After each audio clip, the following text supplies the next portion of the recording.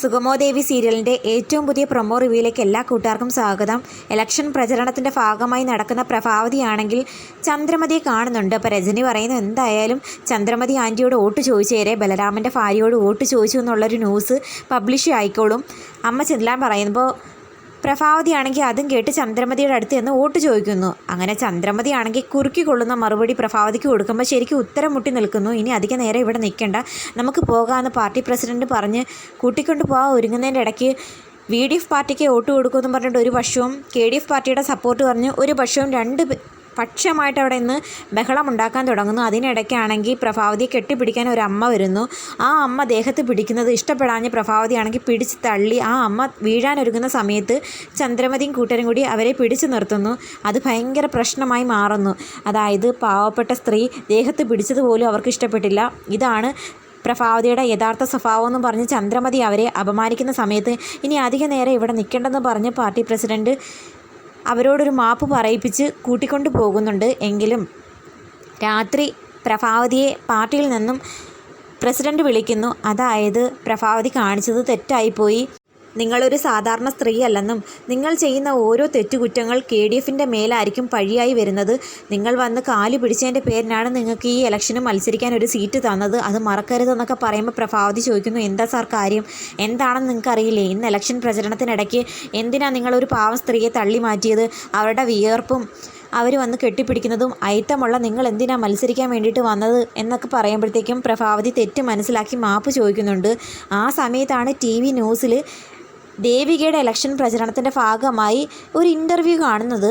അപ്പം ശാരികയാണെങ്കിൽ വിദ്യാർത്ഥി സമൂഹത്തിൻ്റെ ഭാഗമായി ദേവികയോടൊപ്പം വന്ന് നിൽക്കുന്നുണ്ട്, കൂട്ടുകാരികളുമുണ്ട്. അപ്പം ആ സമയം നമ്മുടെ റിപ്പോർട്ടർ ചോദിക്കുന്നു, ഇലക്ഷൻ പ്രചരണമൊക്കെ എങ്ങനെ പോകുന്നു? ദേവിക പറയുന്നു, നന്നായിട്ട് പോകുന്നുണ്ട്, എല്ലായിടവും ചെല്ലുമ്പം നല്ല സ്വീകാര്യതയുണ്ട്. ഓപ്പോസിറ്റ് മത്സരിക്കുന്നത് സ്വന്തം അമ്മായിയമ്മ ആയതുകൊണ്ട് ക്രൂരതകളൊന്നും പുറത്തു പറയാൻ പറ്റില്ലല്ലേ? അത് കേട്ടിട്ട് ദേവിക മറുപടി പറയുന്നു, ഞാനും എൻ്റെ അമ്മയും തമ്മിലല്ല മത്സരം, VDF പാർട്ടിയും KDF പാർട്ടിയും തമ്മിലാണ്. KDFൻ്റെ ചില നയങ്ങളെക്കുറിച്ചാണ് ഞങ്ങൾ എതിരഭിപ്രായം പറയുന്നത്. ദേവിക ഒഴുക്കമട്ടിൽ അങ്ങനെയൊക്കെ സംസാരിച്ചു പോകുന്നെങ്കിലും ശാരികയല്ലേ ആള്, മനസ്സിലുള്ളത് അതുപോലെ തന്നെ തുറന്നു പറയുന്നു. മുന്നണികൾ തമ്മിലുള്ള മത്സരമാണെങ്കിലും രണ്ട് വ്യക്തികൾ തമ്മിലുള്ള മത്സരമായിട്ടാണ് ഞങ്ങൾ വിദ്യാർത്ഥി സമൂഹം ഇതിനെ കാണുന്നത്. അതായത് പ്രഭാവതിയും ദേവികയും തമ്മിലുള്ള മത്സരമായിട്ട് തന്നെയാണ് ശാരിക ഇതിനെ കാണുന്നേ എന്ന് വ്യക്തമായിട്ട് പറയുന്നു.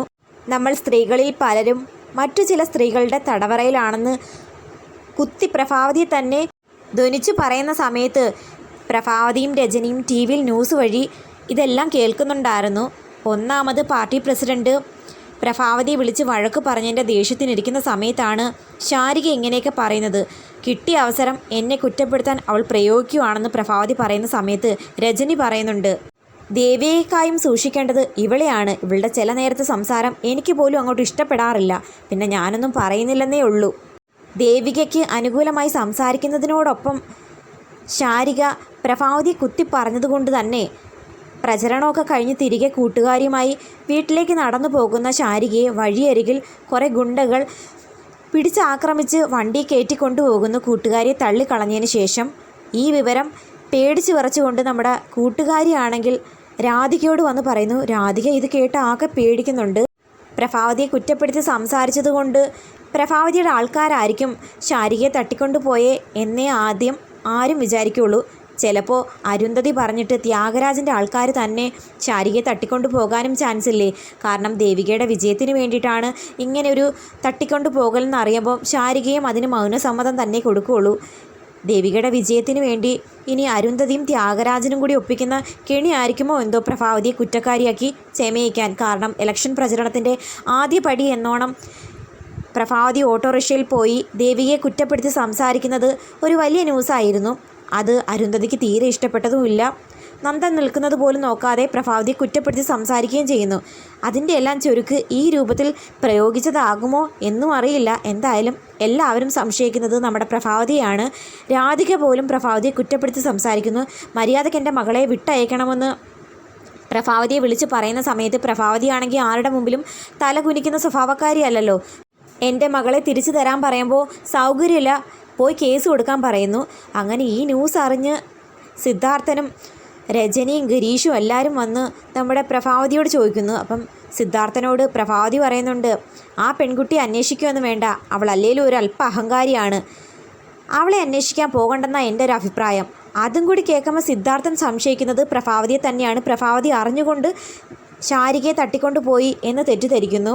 തനിക്കെതിരെ സംസാരിച്ചതിൻ്റെ ദേഷ്യത്തിനാണ് പ്രഭാവതി ശാരികയെ ആരോ പിടിച്ചുകൊണ്ട് പോയെന്ന് പറഞ്ഞിട്ട് പോലും വലിയ വിഷമമൊന്നും കാണിക്കാതെ പോയത് നന്നായി എന്നുള്ള രൂപത്തിൽ സംസാരിക്കുന്നത്. ഇത് ഇലക്ഷൻ പ്രചരണത്തെ സാരമായി ബാധിക്കും. രാവിലെ ഇലക്ഷൻ പ്രചരണ സമയത്ത് ഒരു സ്ത്രീയെ തട്ടിയിട്ടത് പോലും വലിയ ന്യൂസായി, ഒരു ഡീമെറിറ്റ് ആയായിരുന്നു. അതുപോലെ തന്നെ ശാരികയെ കാണാതായ വാർത്ത, ശാരികയെ കുറേ ഗുണ്ടകൾ തട്ടിക്കൊണ്ടുപോയതാണെന്ന് കൂട്ടുകാരിയും അത് ചോദ്യം ചെയ്ത തന്നെ പറ്റുമെങ്കിൽ പോയി കേസ് കൊടുക്കാൻ പറഞ്ഞെന്ന് രാധികയും പത്രമാധ്യമങ്ങളിൽ പറഞ്ഞാൽ തീരാവുന്ന ഇമേജ് മാത്രമേ ശരിക്കും പറഞ്ഞാൽ നമ്മുടെ പ്രഭാവതിക്കുള്ളൂ. ശാരിക പ്രഭാവതിയെ കുറ്റപ്പെടുത്തിയതിന് ശേഷം കാണാതാകുന്നത് കൊണ്ട് ചെയ്യാത്ത തെറ്റിന് മിക്കവാറും KDF പാർട്ടിയുടെ പോലും പഴി കേൾക്കേണ്ടി വരുമെന്ന് തോന്നുന്നു.